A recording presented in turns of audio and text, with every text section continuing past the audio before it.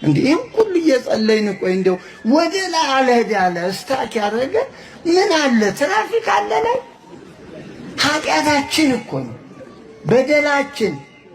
እንዴ አንድ ሰው እኮ ሲጸልይ ያርጋል አለ አይደል? እንዴ ኤልያስ ብቻውን አንድ መነኩሴ በስልጣን የሚባልጉትን ሰማያት ትታዘዝ በእግዚአብሔር ፊት የቆምኩት አለ እና ከአብና ኤልዛቤል ጸጥ አረጋቸው። ማይቀብ ጣለባቸው በአየር ንብረቱ።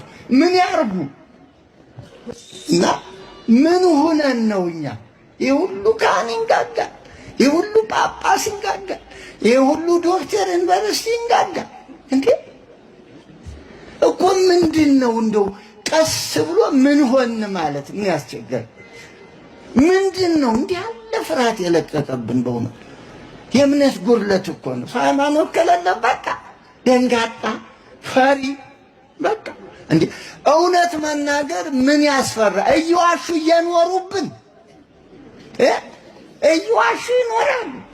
እኛ እውነት እየተናገር መኖር አቃተን። አይገርምም? ግርም እኮ ነው። ይሄ ሁሉ ህዝብ አሁን እውነት ቢናገር ምን አለ እኮ። ተው እኮ ነው ክፉን ነገር ተው። የኢትዮጵያ አይደለም አባት ልጁን አይግደል፣ ልጅ አባቱን እናቱን አይግደል ማለት ይሄ ነውር ነው? ይሄ ፖለቲካ ነው